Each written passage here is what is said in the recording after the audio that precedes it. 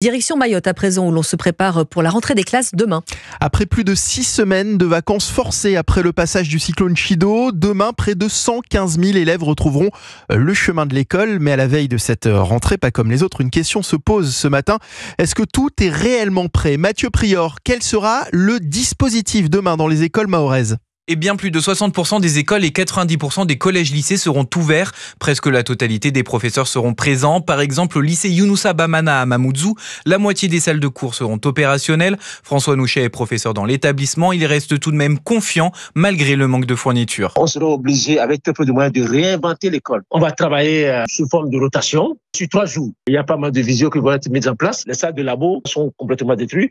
Mais le proviseur a négocié avec un collège. Donc les collègues vont aller là-bas le samedi pour faire des pratiques dans les labos. Il y a un an de solidarité entre les établissements scolaires. Du côté des parents, l'inquiétude domine. Dayuna est mère de 3 enfants. Elle a même décidé de les scolariser à La Réunion par peur pour leur sécurité. Qui nous dit que nos enfants seront bien en sécurité? Il y a toujours des actes de violence aux abords des établissements scolaires. Que l'État prenne d'abord ses responsabilités. Faites en sorte que nos enfants soient dans des lieux sûrs. Les parents, ils sont confus, ils sont inquiets. La rentrée sera compliquée pour certains établissements. Par exemple, les migrants présents au collège de Kwalé seront évacués d'ici demain. Mais la remise en état des locaux prendra un temps indéterminé. Les précisions de Mathieu Prior pour Europe 1.